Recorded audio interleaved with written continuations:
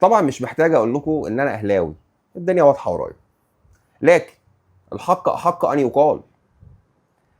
نادي الزمالك والمدير الرياضي لنادي الزمالك جون ادوارد.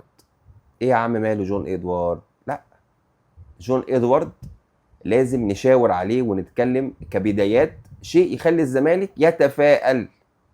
ايه يا عم عشان خاطر كسبوا اول ماتش في الدوري سيراميكا 2-0 اقول لك خالص. البدايات تملي بتديك مؤشر ان الراجل الموجود دوت عنده مشروع بيقول ايه. الراجل قليل الظهور جدا، راجل بتاع شغل بس، راجل نجح في ملفات لازم ان احنا نشاور عليه ونقول برافو. جون ادوارد الصراحه راجل الزمالك كسبه، الزمالك حط تحتها مليون خط، كسبه وقدر ان هو يجيب مدير رياضي ينفذ له مشروع من وجهه نظري ان نجح هياخد له 3 4 سنين حلوين.